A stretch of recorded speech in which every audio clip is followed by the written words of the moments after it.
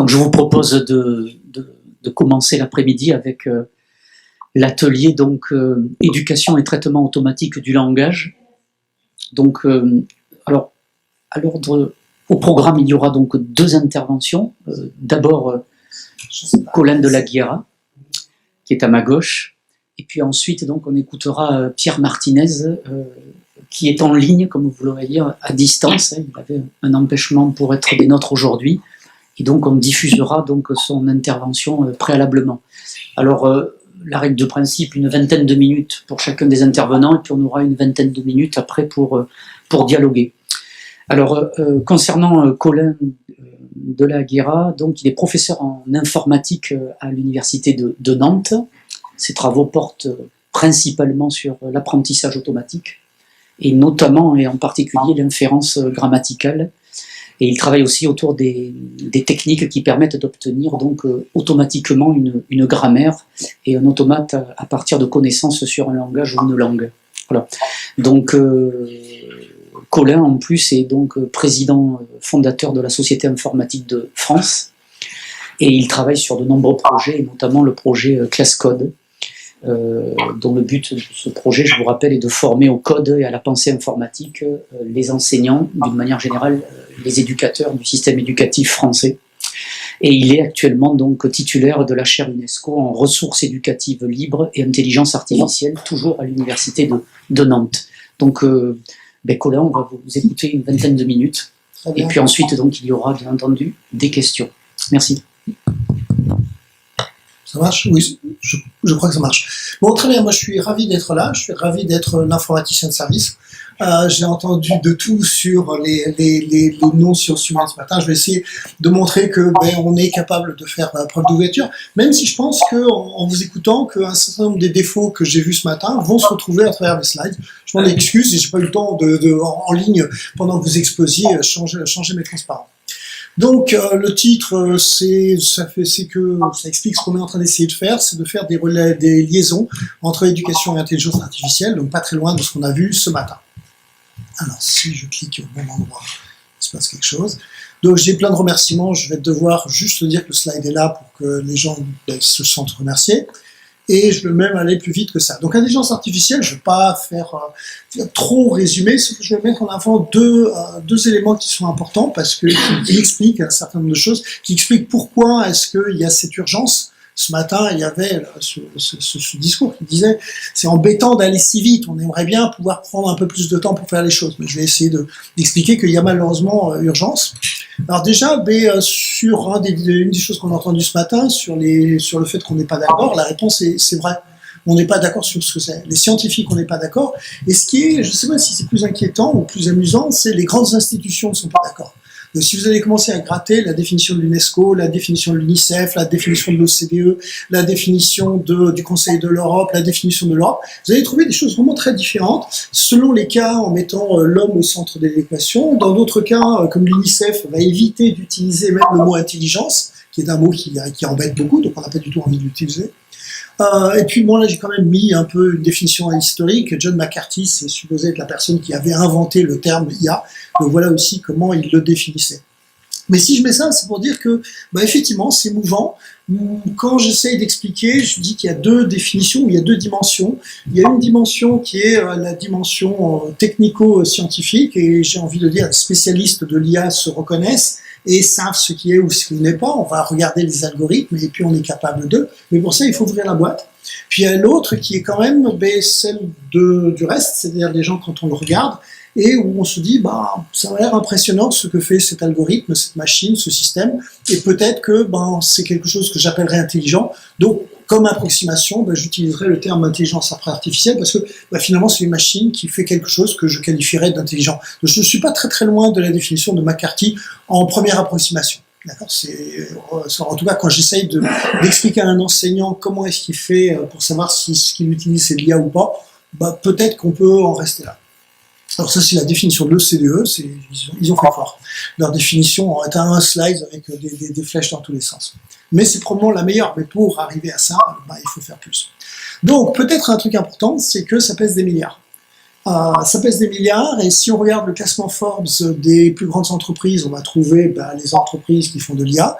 Et si je regarde le classement Forbes des hommes les plus riches de la planète, là c'est le dernier classement, on va trouver que 8 sur 10 sont des fortunes qui sont bâties autour de l'IA.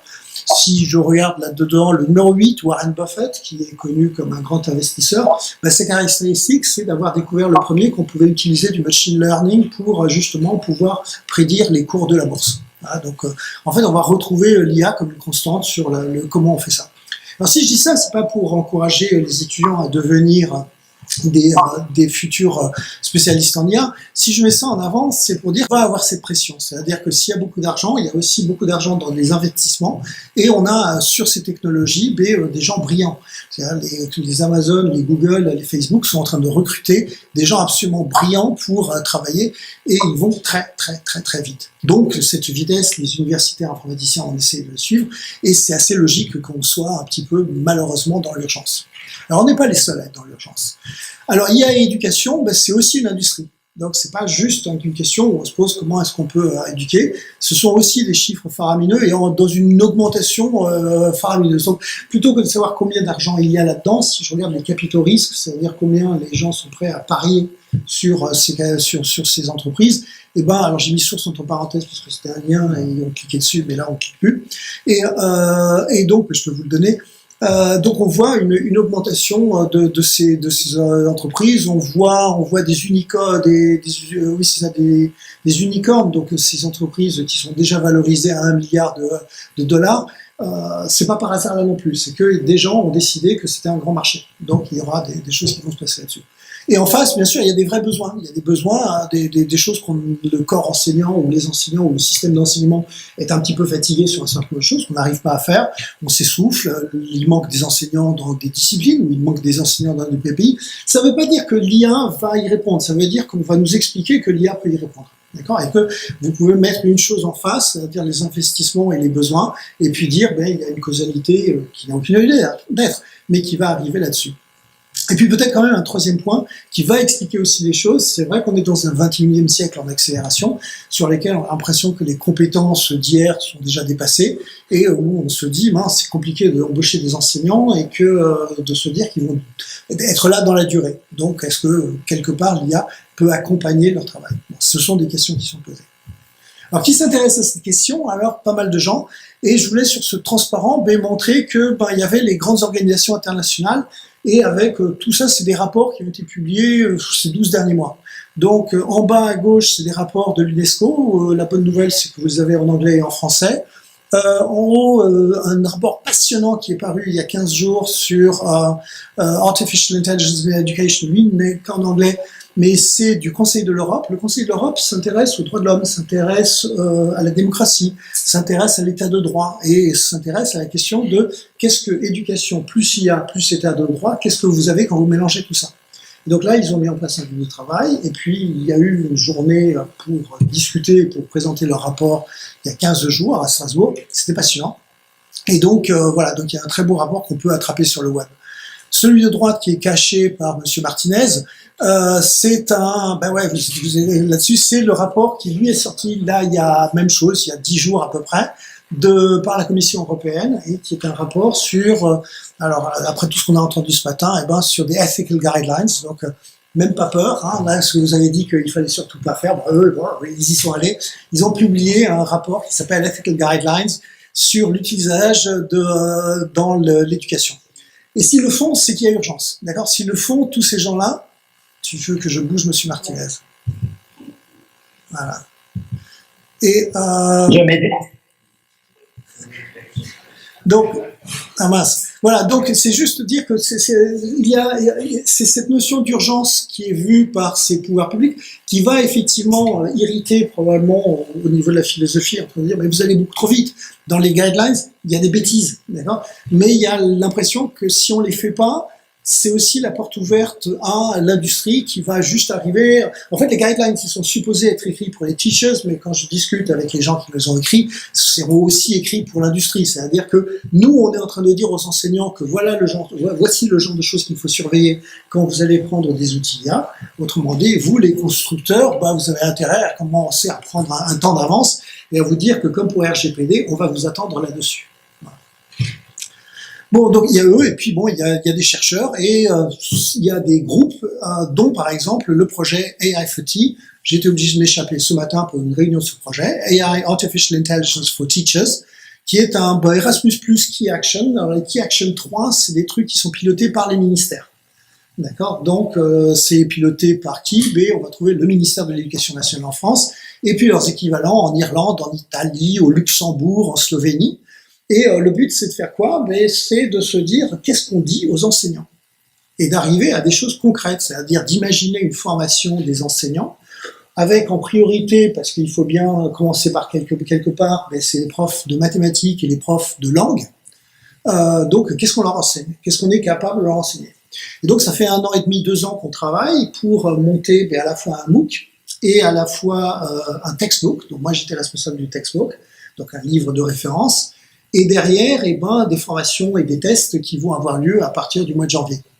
Donc le but, c'est quand même de tester sur 1 millier d'enseignants pour voir un petit peu ce qui se passe ou ce qui se passe pas.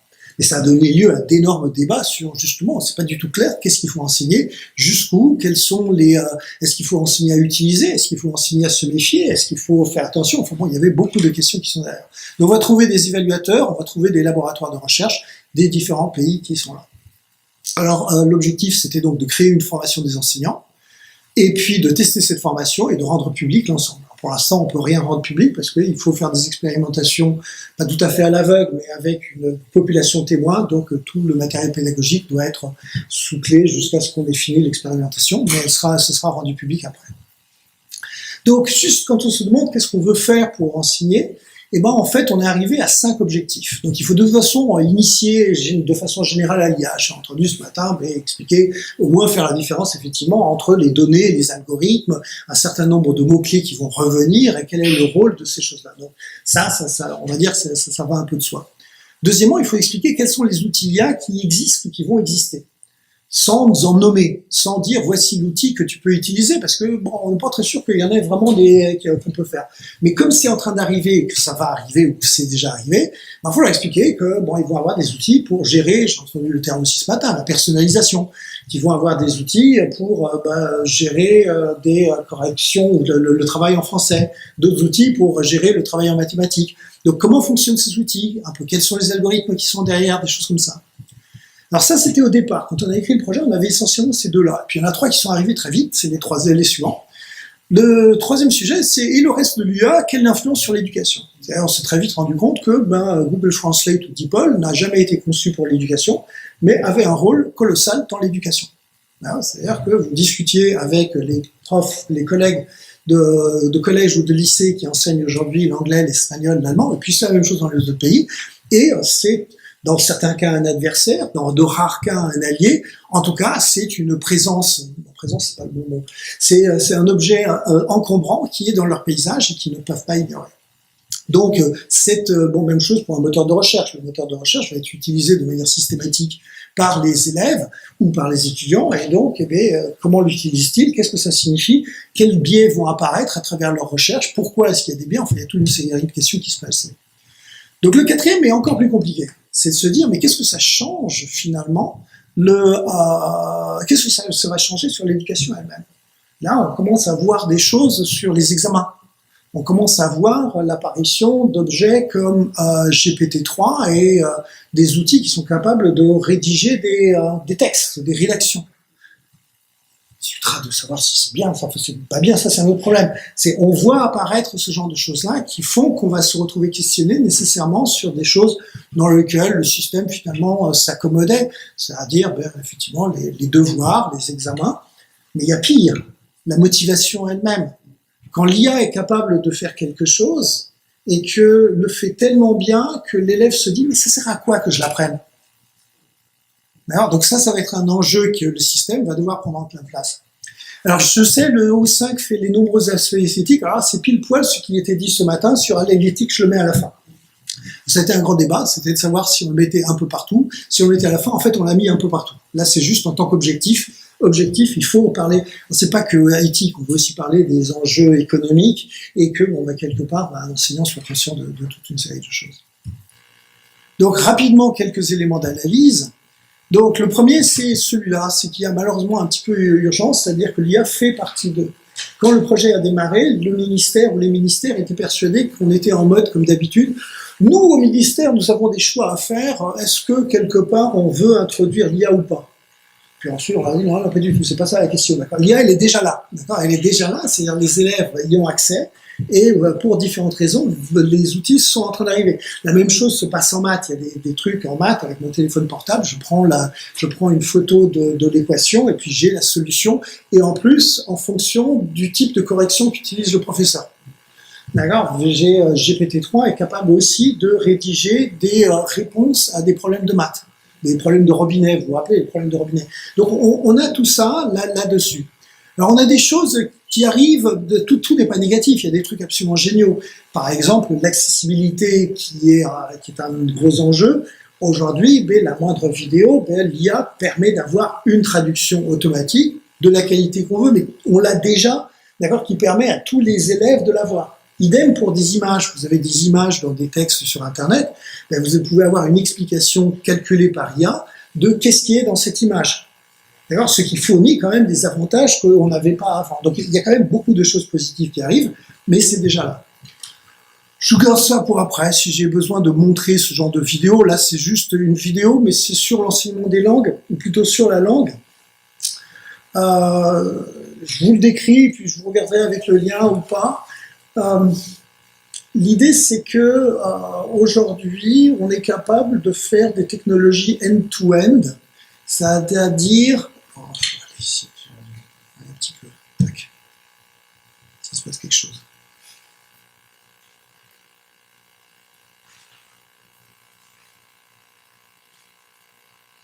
Je modifie ça.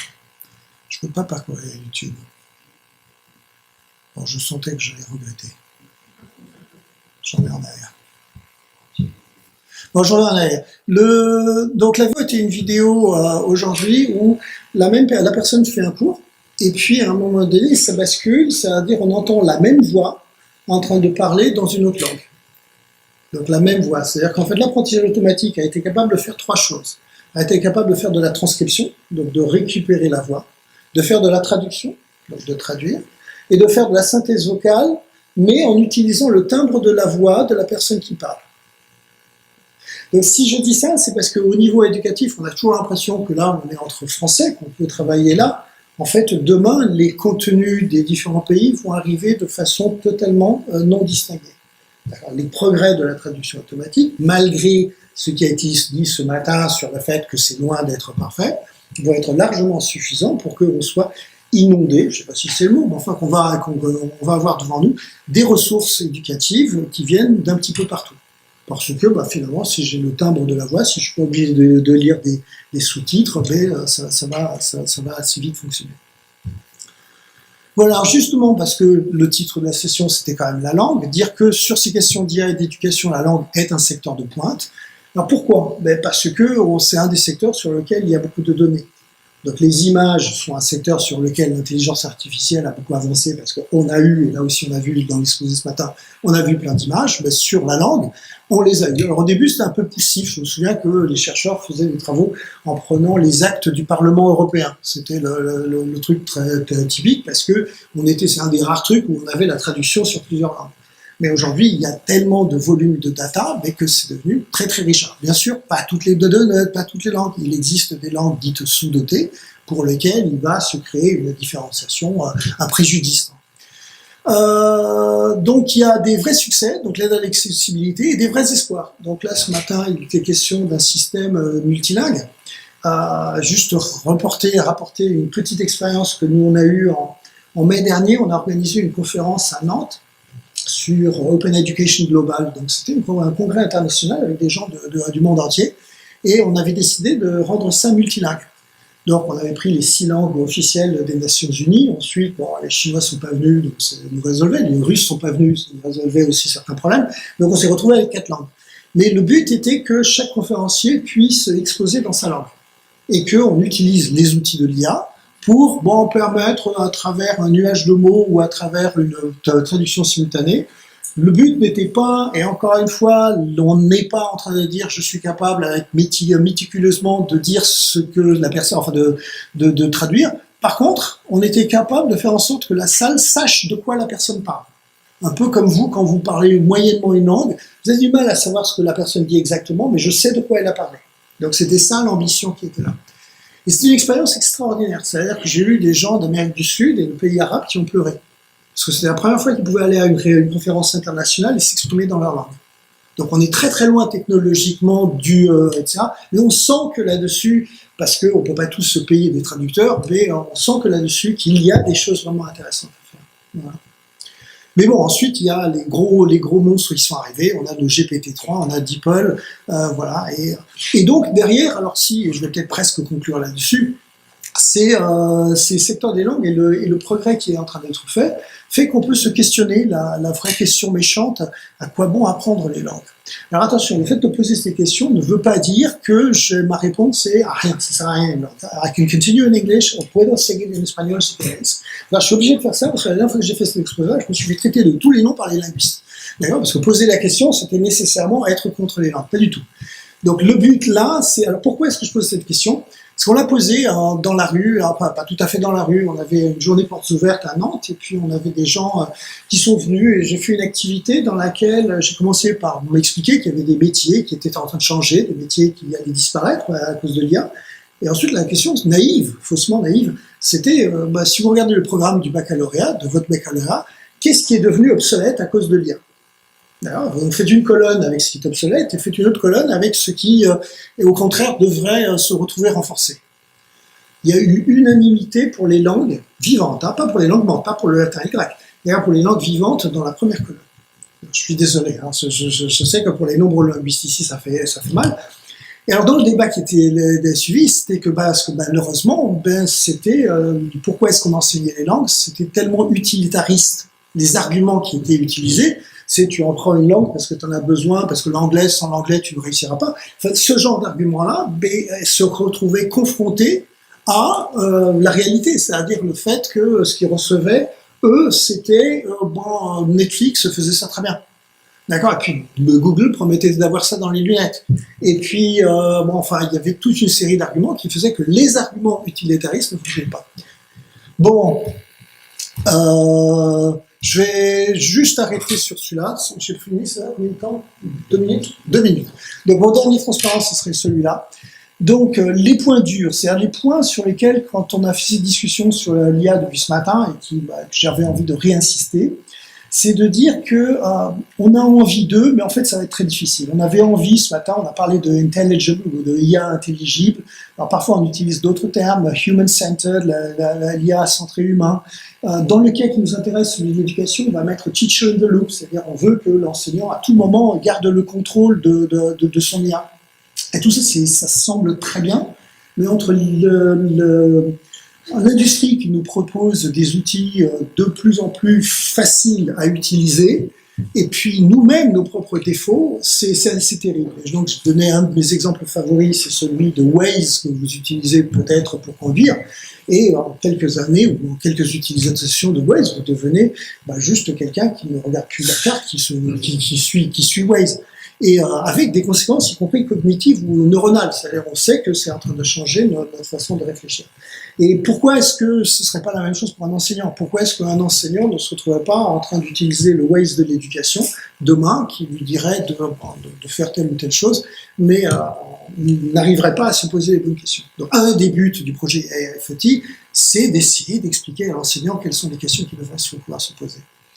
Donc sur les biais, je ne vous dis pas, parce que finalement la discussion sur attention aux biais, elle a eu lieu et c'était très bien. Puis le dernier point dur, c'est les humains, on a le contrôle, ça je l'ai entendu ce matin, bon, j'y crois pas du tout, mais bon, ça fait. Voilà. J'y crois pas parce que Enfin bon, je rentre pas dedans. On garde le contrôle sur des applications très simples, d'accord, mais plus les applications d'IA sont en train de devenir complexes, et plus c'est difficile. Et surtout, à partir du moment où, même si on a un contrôle théorique, si en fait on lâche le contrôle volontairement, comme le cas de Waze, mais on sait que c'est le cas aussi des médecins, malheureusement. Aujourd'hui, on commence à avoir des études dans lesquelles on a des systèmes d'aide à la décision pour les médecins, où on s'est toujours dit, les médecins, mais attention, voilà, c'est juste des aides à la décision, c'est vous qui prenez les décisions. Puis on se rend compte que systématiquement, enfin, le médecin ne se posait même plus la question, il n'avait pas le temps, il a trop d'autres choses à faire. Pendant ce temps-là, tiens, tu as un système d'aide à la décision, tu as besoin de moins de temps pour réfléchir, puisque tu as un système d'aide à la décision. Et donc, le résultat des courses, c'est que le système d'aide à la décision, c'est lui qui prend le contrôle. Donc on a vraiment des efforts à faire, et vous avez des efforts à faire avec nous, hein, parce que technologiquement, on a du mal à imaginer les solutions. Elles existent peut-être, mais c'est pas que technologique, c'est trouver des façons effectivement que le programme que tout le monde veut avoir de garder l'humain dans la boucle se fasse vraiment. C'est pas si simple. Merci. Alors, nous allons écouter donc l'enregistrement de la communication de Pierre Martinez. Je vous propose à la fin de poser les questions après les deux interventions. Donc Pierre Martinez donc, est professeur émérite en sciences du langage et didactique des langues à l'université Paris 8 Saint-Denis, et il est chercheur associé au DILTEC, donc de Paris 3 Sorbonne Nouvelle. Et alors notamment, il a de multiples activités, mais notamment deux publications qui ont attiré notre attention. D'une part, un ouvrage que vous connaissez peut-être, La didactique des langues étrangères. C'est un que sais-je qui est à sa 9e réédition. Et puis un regard sur l'enseignement des langues, un ouvrage publié en 2018. Voilà. Alors, avant que Pierre puisse répondre aux questions qui lui seront posées, donc on va écouter sa communication qui a été enregistrée. Très bien. Bonjour, mesdames et messieurs, chers collègues. Je suis désolé de ne pouvoir être parmi vous aujourd'hui, mais je ne vous en remercie pas moins de m'avoir invité. J'essaierai d'ajouter quelques idées personnelles au thème de la rencontre. Ma contribution n'est pas celle d'un tautologue. Je me limiterai à parler de ce que je connais un peu, l'intelligence artificielle en éducation, avec pour terrain précisément celui des langues. D'emblée, j'inscris l'IA dans ce qu'on appelle depuis Rocco et Bainbridge, vous le savez peut-être, les Nano Bio Info Cogno Innovations, NBIC. Quelle perspective la convergence des technologies, nano et biotechnologie, information et sciences cognitives ouvre-t-elle à l'éducation, et quel impact peut-il en résulter pour le fonctionnement et l'état de notre société? Voilà la question que je me poserai. L'IA va bien sûr emprunter les habits classiques des options éducatives. Le fonctionnel d'abord, il s'agit d'agir dans l'échange économique et sociétal, par exemple dans l'entreprise ou dans une ONG. Le citoyen, se cultiver, comme depuis Jules Ferry, pour mieux se comporter, s'épanouir et vivre ensemble. Enfin, l'humaniste, défendre et étendre des valeurs et des principes estimés à juste titre ou non universels. Je vous proposerai 4 angles d'approche pour faire simple. Les orientations actuelles des recherches en éducation, d'abord, l'enseignant médiateur en mutation ensuite, les pratiques, leur hyperdiversité, leur interactivité, les transformations curriculaires, ce que j'appelle une réticularité didactique, plus quelques considérations autour du dialogue social. Parlons d'abord des orientations de recherche en éducation. Il me semble qu'elles peuvent porter sur 3 directions. La personne d'abord, son profil socio-cognitif, sa motivation, ses compétences, son parcours. Deuxième orientation, le projet. Par exemple, l'acquisition d'une langue étrangère, pourquoi faire? Troisième possibilité, l'environnement d'enseignement, enseignement-apprentissage en construction. Je vais me risquer à rappeler quelques possibilités offertes par le numérique et dont on parle beaucoup. Les outils collaboratifs ou de communication sont d'ores et déjà visés dans leur ambivalence comme instrument d'aliénation pour les chercheurs. Je pense à un article d'un syndicat SNCF-FSU, pour ne pas le citer, d'octobre 2022, particulièrement éloquent à cet égard. Deuxième exemple, les grandes enquêtes menées par ICILS, Literacy, Pearls Reading, PISA, etc., qui suscitent tout autant de critiques méthodologiques, à peu près autant que le classement de Shanghai. Troisième exemple, il y a bien sûr la traduction. Tout le monde y pense.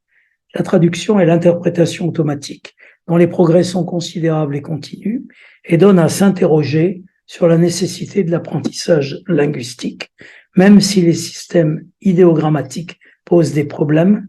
Dans les langues asiatiques, ces systèmes sont aujourd'hui décryptés et oralisés. Un dernier exemple, si vous voulez bien, le savoir et la créativité. On connaît le rôle du deep learning, l'exploitation des données récurrentes et corrélées pour alimenter les algorithmes de recommandation ou de création, de synthèse, de réécriture. Dès 2017, le robot Todai surpassait à l'examen écrit 80% des candidats pour l'entrée à l'université de Tokyo. Et nous savons tous, comme l'évaluation devient difficile et la fraude facile, avec Wikipédia, AI Experiments ou DALL-E 2. Je m'arrête ici, certain que beaucoup a déjà été dit aujourd'hui sur ces questions. Je voudrais parler un petit peu de l'enseignant, un médiateur en mutation. Dans l'intelligence artificielle et la formation des enseignants, il va y avoir un travail collaboratif de spécialistes de l'IA, de didactique et des sciences de l'éducation. J'insiste sur ce point. Aucun de ces secteurs, aucun de ces types de spécialistes ne peut avoir la priorité. L'IA est inducteur d'une nouvelle médiation, de la transmission à la prévention des conflits. Une de nos collègues, Emmanuel Huvert, a longuement souligné cela. De la transmission à la prévention des conflits, voilà le rôle du médiateur. Alors, ses limites, c'est l'intransférabilité des notions. Par exemple, celle de citoyenneté est extrêmement difficile à faire voyager. Le sens des mots, surveiller et punir, façon Foucault. Et les limites des outils, l'usage en classe de la caricature dont on sait les ravages qu'il a pu provoquer. Face à un environnement souvent difficile, un programme d'accompagnement d'apprentissage personnalisé s'impose. Par exemple, des modules d'évidence B, comme les développe Thierry de Vulpière. Et bien entendu, pour l'enseignant, va se poser la question inévitable. Avec le robot de téléprésence mobile qui le remplace en cours, avec l'assistant personnel de l'élève qui ne perd jamais son calme et répète autant que nécessaire, avec l'éducation ouverte, l'enseignant est culpabilisé s'il ne diffuse pas gratuitement le fruit de son travail. Quand un footballeur monnaie juste sa présence, cet enseignant ne va-t-il pas bientôt être inutile? Troisième point, les pratiques. Je note, je l'ai signalé, leur hyperdiversité et leur interactivité. Des études comme Hélène, évaluation longitudinale des activités liées au numérique, faites à la DEP, les DEPP, vous connaissez, en donnent une idée. Le scroll chez les usagers est infini. Hyperdiversité n'implique pas ouverture d'esprit et esprit critique chez des nomophobes, des gens qui ne peuvent pas se passer de leur mobile. Dans ces pratiques, il y a toujours ou très souvent une forte dimension ludique. Mais même sur Twitch, on commence à voir des streamers, mais les jeux et savoir. Je pense à Maudit en sciences politiques. Alors, le jeu vidéo est-il un facteur de meilleure concentration transposable en pédagogie ou affaiblit-il, à l'inverse, le goût de l'effort? La question, me semble-t-il, c'est d'aller du quotidien au pédagogique. On peut imaginer des dispositifs d'observation, une captologie, par exemple avec OSINT, Open Source Intelligence. Il y a des recherches en SHS qui sont faites à partir des sources ouvertes et des traces numériques. On peut parler encore d'un retour des manuels intelligents. Je pense à un article de Peter Bousilowski dans AI Magazine. Voilà les pratiques. Maintenant, on peut parler un petit peu des perspectives. Ces perspectives de la recherche a une capacité d'influence, me semble, douteuse. On s'oriente vers une connectivité développée qui dépasse l'individu apprenant, avec des méga et des métadonnées croisées. On parlera d'anthropodonnées et des dispositifs d'analyse ou d'action innovantes. Ainsi, Algos Transparency est un projet qui se voue au numérique et à l'anthropologie. Il permet de mieux comprendre comment une information se construit et exerce son influence. Dans les rencontres comme le CES de Las Vegas ou Vivatech, ce qu'on va chercher, c'est des quick wins, des succès rapides qui pourraient être mis en œuvre en éducation. Mais il faudrait disposer d'analyses plus approfondies, me semble-t-il, dans la durée pour en attester la validité. Vous savez bien que le Metaverse fait son buzz. Web3, Worlds of Pure Imagination, Tech Trends, Meet Me in the Metaverse, avec notamment Horizon Workrooms, un espace collaboratif virtuel en open space au bord d'une plage. Un modèle éducatif qui recourrait ainsi aux sources et ressources ouvertes permet sans doute de sortir d'une culture en silo, ce qu'avait amorcé Husserl et Husserl d'en construire le modèle éducatif du XXe siècle, peu avant mon propre ouvrage. J'en viens à celui-ci justement, mon hypothèse. Mon hypothèse essaie de se projeter plus loin, vers une réticularité possible, ce qui ne veut pas dire que je vais me faire un ayatollah de la connexion sans l'homme. Je veux dire par réticularité une mise en réseau des données d'apprentissage et une mobilisation des moyens pour la construction d'un modèle de formation. Une mise en réseau des données d'apprentissage et une mobilisation des moyens. Le parcours d'apprentissage guidé ainsi est aussi choisi. C'est ce que j'ai essayé de montrer dans un post-scriptum à mon livre Darwinia les langues, dont j'ai fait ensuite un outil pédagogique. Je vous donne une brève idée des aventures de Darwinia.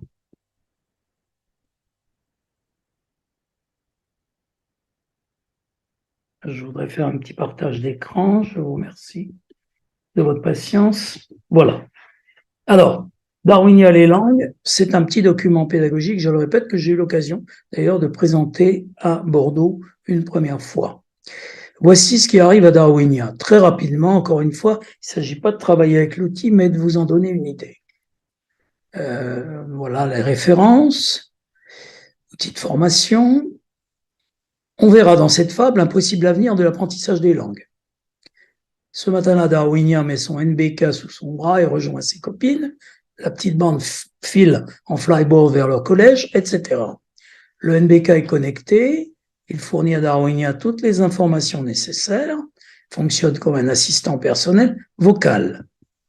Sur simple commande, il sait traduire, il stocke dans le nuage toutes les données qui concernent Darwinia. Grâce à ces données, Darwinia participe autour du curriculum commun, à se fixer des objectifs, à s'auto-évaluer, à choisir des scénarios pédagogiques, à dialoguer avec la machine. Chaque semaine, elle fréquente un Fab Lab dans le quartier. Le groupe est entré récemment dans un village virtuel, des avatars en costume, une mobilité hologrammatique, c'était chez Shakespeare. La visite leur rappelait le stage en immersion, vous voyez la complémentarité des approches. Un petit groupe d'élèves a le projet de présenter à l'école une exposition. On va bientôt pouvoir organiser une classe inversée. Rien de très original, tout ça existe déjà. Encore faut-il le faire converger plus que coexister. Ensuite, on structurera les acquis pour mieux les ancrer dans l'esprit avec des séquences d'activités plus formelles. Activités collaboratives également, bien sûr. On affronte la question du genre et du nombre en anglais et en français. La séance termine sur une sensibilisation culturelle. Les élèves retrouvent un phénomène intéressant. La lune, en allemand, c'est der Mond masculin, le soleil, die Sonne, etc. Apprentissage précoce des langues étrangères inclus. La professeure, Madame Krohn, fait le point sur les difficultés, offre des remédiations, une connexion généralisée, instaure évidemment la fin du traditionnel 1 heure, une classe, un prof. L'école est un espace de rencontre. Cette semaine, Darwinia a gagné des points, version bilingue d'un ouvrage qu'elle a lu, travail sur e-tandem avec un correspondant australien, jeu sérieux sur le thème du livre. L'ensemble des données fournies par l'activité de l'élève, ces mégadonnées, va aider à élaborer une pédagogie différenciée, adaptative, vous l'aurez bien compris. Si on prend en compte son biorhythme, ses goûts, ses attitudes, etc., etc. Tout ce que Darwinia fait en dehors des activités communes est également enregistré et pris en compte dans l'évaluation. Ces activités sont notées automatiquement pour chaque période de cours, etc. Tout ce qui concerne son bien-être physique est également enregistré. Tout est évalué, contrôlé dans son intérêt présent ou à titre préventif. Elle travaille sans peine et plus longtemps. En cas de besoin, un médecin de famille intervient. Et là, nous sommes sur un terrain glissant. On dispose aujourd'hui d'excellentes molécules pour augmenter la mémoire et la résistance à l'effort. Darwinia en profite. On est entré dans une nouvelle société, les objets sont connectés entre eux avec les humains. Pourquoi l'école? C'est ma question finale, qui encore une fois n'est pas triomphale. Pourquoi l'école, et seulement elle, n'aurait-elle pas eu besoin de se repenser profondément? Voilà à peu près ce que j'ai voulu raconter dans Darwin. Alors, je reprends le cours de mon exposé en l'abrégeant probablement pour ne pas vous lasser. Vous avez compris, je voudrais théoriser un petit peu ce qui vient d'être présenté. Vous avez compris que l'architecture du modèle, ou une forme d'idéal type weberien que je propose, est inscrite dans un fonctionnement social et des finalités éducatives. Elle vise surtout à dépasser la vision techniciste que vous pouvez rencontrer dans l'adaptative learning, puisqu'on intègre digitalisation, neurosciences et intelligence artificielle. La conception, si vous voulez, est rhizomatique. Elle est dans le fil un peu de Deleuze et Guattari, et Mille Plateau, c'est-à-dire qu'il y a de la linéarité, une connexion, de l'hétérogénéité des entrants, une multiplicité, une rupture insignifiante, c'est-à-dire qui n'est pas forcément immédiatement douée de signification, et une cartographie. Comme on le sait après Eric Sadin, l'individu tyran fin d'un monde commun, l'IA avec les capteurs est une instance propre à dire une vérité, dût-elle choquer. Mais son utilisation est variée, prédictive, façon Minority Report, prescriptive comme en médecine, je crois que c'est assez connu. Elle peut être impérative, comme c'est le cas dans le recrutement de personnel, ou coercitive, quand il s'agit de fonctions au travail. Voilà à peu près un panorama d'une société industrielle finissante où l'on passe à une société des données.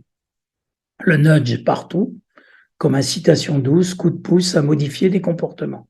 C'est ainsi que fonctionne l'éducation.